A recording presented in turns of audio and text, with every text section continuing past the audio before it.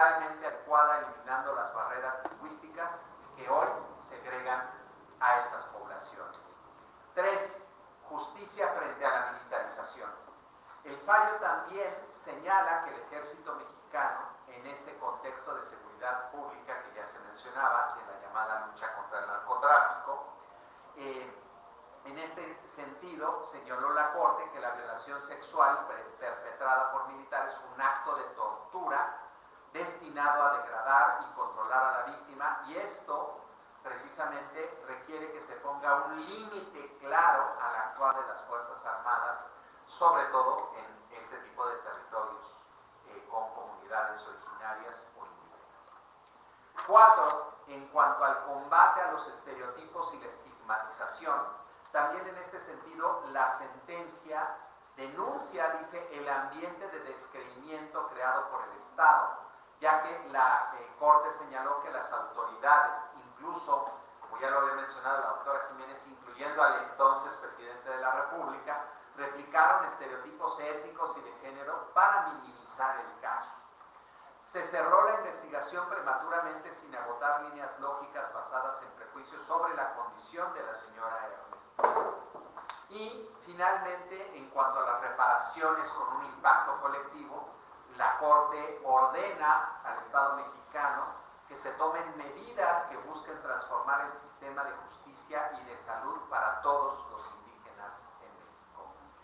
Y en ese sentido propone, por ejemplo, un registro nacional de intérpretes, la creación de un registro de traductores para los sistemas de salud y justicia, la capacitación, formación obligatoria para funcionarios públicos en derechos humanos y perspectiva ética, así como el fortalecimiento local, dice, en la mejora del Centro de Atención Especializada de Soledad Atzón. Y finalmente, bueno, pues esto, fíjense, nos hace confrontar lo que aparentemente desde una perspectiva positiva tenemos en sus artículos primero y segundo constitucionales y la realidad de este caso. Por ejemplo, la realidad de este caso, a pesar de que en los artículos primero y segundo se habla de la no discriminación, pues aquí nos damos cuenta de que existieron en este caso estereotipos étnicos y de género por parte de las autoridades. A pesar de que en los artículos constitucionales se habla de un acceso a intérpretes, en el hospital en el que fue atendida Ernestina Asensio, las autoridades no facilitaron la comunicación en náhuatl. A pesar de que se habla de una protección a la integridad, en este caso la violación sexual y tortura por parte de los elementos militares, pues demostraron que esto, pues obviamente es tocatorio. Y finalmente, la debida diligencia nos muestra una falta de investigación con enfoque de intersección y también etaria, es decir, por la condición de la señora Asensio de una persona mayor. Así es que ya para ir cerrando en los segundos que nos quedan, por eso consideramos que este caso es importante y es paradigmático, porque desgraciadamente hemos visto, como ya se señalaba, que lo que pues no se visualiza, lo que no se menciona, tiende a repetirse. Y la intención sería que este caso, por lo trágico que fue y por las consecuencias que tuvo, pues esperemos que ahora sí no vuelva a repetirse.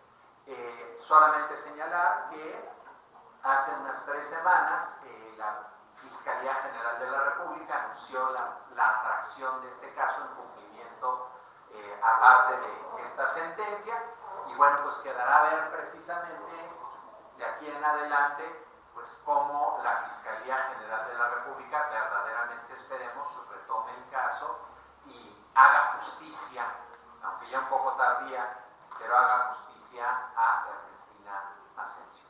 Por mi parte sería todo. Adelante.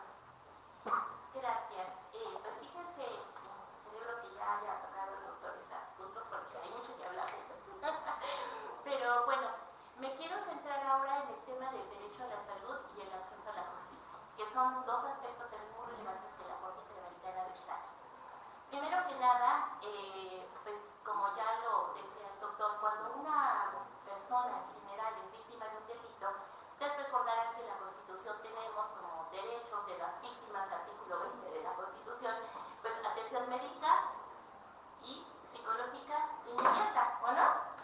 Y en este caso, la Corte Interamericana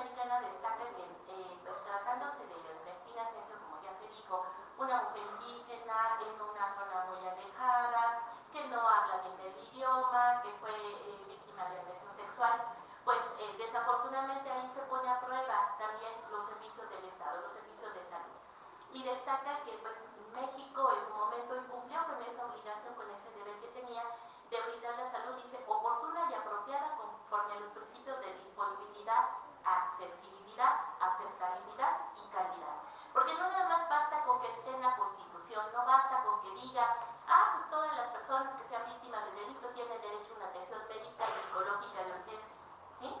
Pues desafortunadamente, pues todavía al día de hoy, ¿no? Nos hemos percatado que desafortunadamente pues no tenemos un sistema médico como el de Dinamarca, ¿no? Y que a veces una persona con una simple enfermedad, llámese un sarampión o alguna cuestión ahora que desafortunadamente estamos sufriendo, pues no tenemos la capacidad para brindar ese servicio médico a todas las personas. Imagínense el problema si es para la gente en general que tiene acceso a una seguridad social, una seguridad y servicios de salud, que no será para aquellas personas que no tienen ni siquiera ese acceso, ¿sí? Que no tienen pues la capacidad ni física ni económica para pagar un servicio médico. Y esto es algo muy importante porque la Corte Interamericana ahí le dijo al Estado que el Estado deberá brindar especial atención a los grupos en situación de vulnerabilidad y marginación, que yo creo que al día de hoy sería una inmensa población, y ahí es donde también lo vemos en el caso de las mujeres indígenas, ¿sí? Y bueno, también los varones, todas las personas indígenas en situación, en condición de pobreza, por supuesto, y que están en total desprotección y no van a poder acceder fácilmente a un servicio médico, aunado al tema de pues, los elementos de discriminación, porque, perdón que lo diga, pero normalmente la mayoría de la población considera que los indígenas son tontos, que los indígenas, pues como no saben el idioma, pues no se saben defender y no conocen el derecho, entonces no lo van a alegar, ¿no? Entonces no pasa nada si violentan, si le pasa algo a una persona indígena, pues porque pues no va a reclamar. Y pues preferimos a lo mejor hasta ignorar a esa población. Ahí está, eso es algo que con lo que tenemos que trabajar y con lo que la Corte Interamericana también destaca que desafortunadamente persiste en la población, pero tristemente también en el ámbito del servicio público. O sea, fueron servidores públicos quienes lo discriminaron y quienes generaron este tipo de discriminación que llevó pues obviamente a no darle la atención que correspondía, tratándose de una mujer que además es de la tercera edad, que también esto es algo muy importante, porque no es lo mismo una persona joven de 18 años que tiene la capacidad de andar de aquí para allá, que a lo mejor se lastima de alguna forma y tiene más posibilidades de recuperarse. Pero una persona ya de la tercera edad tiene pues disminuidas las capacidades de todo tipo, ¿sí? Y a lo mejor pues ya va acarreando a lo largo de los años una serie de enfermedades, lo cual pues la coloca también en un grave peligro pues de que cualquier lesión, cualquier agresión que sufra, pues obviamente va a ser de mayor impacto y va a requerir un mayor cuidado y un mayor tipo de atención. Esto también es a lo que se refiere el doctor cuando dice, pues tratemos iguales los iguales, pero desiguales los desiguales. Además, considerando una mujer indígena, que ya lo decía la misma CNDH, pues no se alimenta correctamente porque pues en dónde está y no tiene la posibilidad de ir con el médico pronto, pues obvio que también cualquier tipo de lesión o enfermedad pues la va a sufrir con mayor impacto y podría incidir en la pérdida de la vida, que es algo que también creo que ahora le toca al Estado trabajar en ese tema. Y por lo que hace a la cuestión del acceso a la justicia, que nuevamente les decía, es un déjà vu. ¿Por qué? Pues porque ya le he dicho desde el caso de Villa Pacheco y de Fernández Ortega, ahora le digo José Catú, bueno, todas las sentencias que he venido mencionando,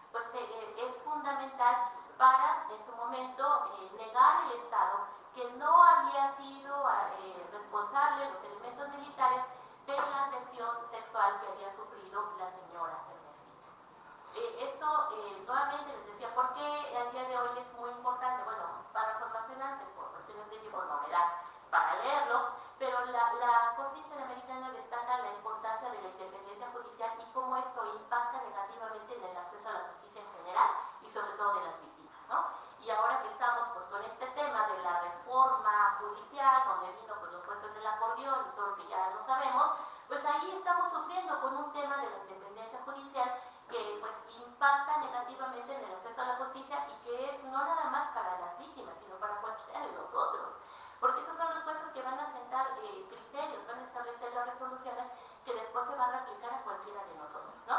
Por cierto, nada más como un breve anuncio, pues hace unos días también se está atendiendo una audiencia temática, pero un asunto que se planteó también ante la Comisión Interamericana en el caso de la independencia judicial con motivo de la reforma que se hizo al Poder Judicial en México. Entonces son temas que tendríamos que estar al día de hoy retomando, replicando, revisando, y que pues ahí yo les recomiendo a ustedes abogados, en serio, un abogado que no conozca el derecho internacional, que al día de hoy no conozca la jurisprudencia interamericana, la verdad es un abogado anémico, es un abogado que no tiene pues a lo mejor muchas herramientas de defensa. Y en serio, jóvenes, estudien derecho internacional, métanse a revisar la jurisprudencia de la Corte Interamericana. Ustedes son los abogados de mañana, ustedes son los que mañana van a llevar estos casos y van a tener que argumentar. ¿Y de dónde echamos mano? Pues de toda esta jurisprudencia, aun cuando pues, por ahí hubo una intención y una tentativa de hacer una modificación al artículo 1 constitucional para que no utilizáramos el control de convencionalidad para argumentar, ¿no? O interpretar algunos derechos humanos que están contemplados en la Constitución. Pero pues bueno, mientras esto no se quite y nada más esté acotado en el artículo 19, párrafo segundo de la Constitución, pues todavía hay la oportunidad de echar mano del control de convencionalidad y citar mucha jurisprudencia en la Corte Interamericana que nos puede ayudar para hacer una adecuada defensa. Muchas gracias a nuestros ponentes. Bueno, queda claro que el análisis del caso presentado el día de hoy queda como una invitación abierta para todas y todos ustedes para materializar su interés en la plena comprensión y aplicación de herramientas tan importantes como es la interseccionalidad, los enfoques diferenciados, así como que realicen análisis críticos del sistema de justicia penal en nuestro país e incluso del sistema de derechos humanos. Por cuestiones de tiempo nos vemos en la imposibilidad de abrir un espacio para las preguntas del auditorio. Sin embargo, de verdad, los invitamos a tomar la palabra del doctor Gerardo, acercarse a esta sentencia y otras emitidas por la Corte Interamericana de Derechos Humanos para que se permitan analizar focos rojos en nuestro sistema jurídico e incluso en nuestra realidad social.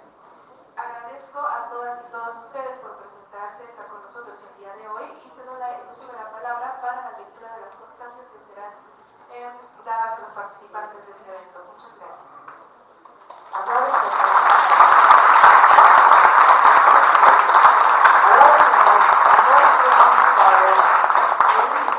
Por su excelente participación. Ha sido un honor contar con su presencia en este evento. Muchas gracias. Con esto damos por concluida la conferencia y para hacer entrega de constancias, damos el uso de la voz y vamos a invitar a pasar a la doctora María Iracema Cristal González, coordinadora del programa de Derecho.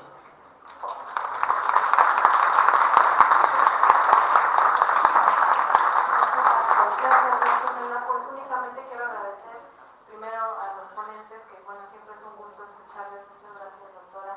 Muchas gracias, doctor García Silva, y también a nuestra querida moderadora.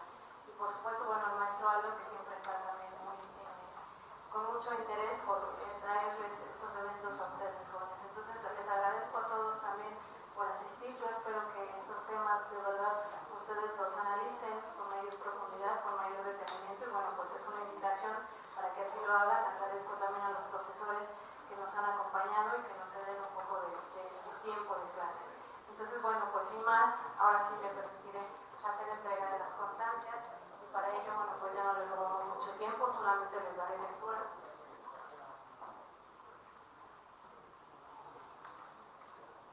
Y entonces, en la Facultad de Estudios Superiores Acatlán, la División de Ciencias Jurídicas y el Programa de Derecho otorgan la presente constancia a la doctora Elba Jiménez Solares por impartir la conferencia sobre la protección de los derechos de las mujeres indígenas en el ámbito penal. Análisis del caso Asensio Rosario. El lunes 23 de febrero del presente, llevado a cabo en las instalaciones de esta facultad. Y firma la presente constancia el maestro José Manuel Álvarez González, quien es el jefe de la División de Ciencias Jurídicas, y les envía un afectuoso saludo. Por cuestiones de su agenda, bueno, no puede estar aquí con nosotros, pero estamos pendientes. Y su servidora. Muchas felicidades, muchas gracias.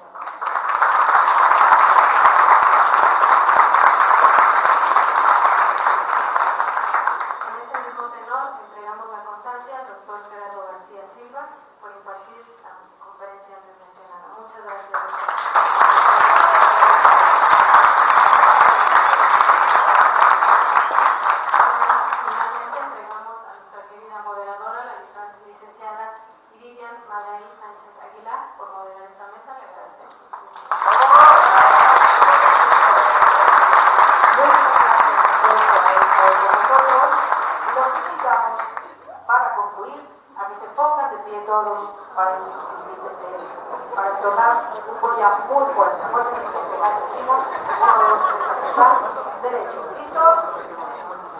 México, Puma, Universidad. ¡Goya!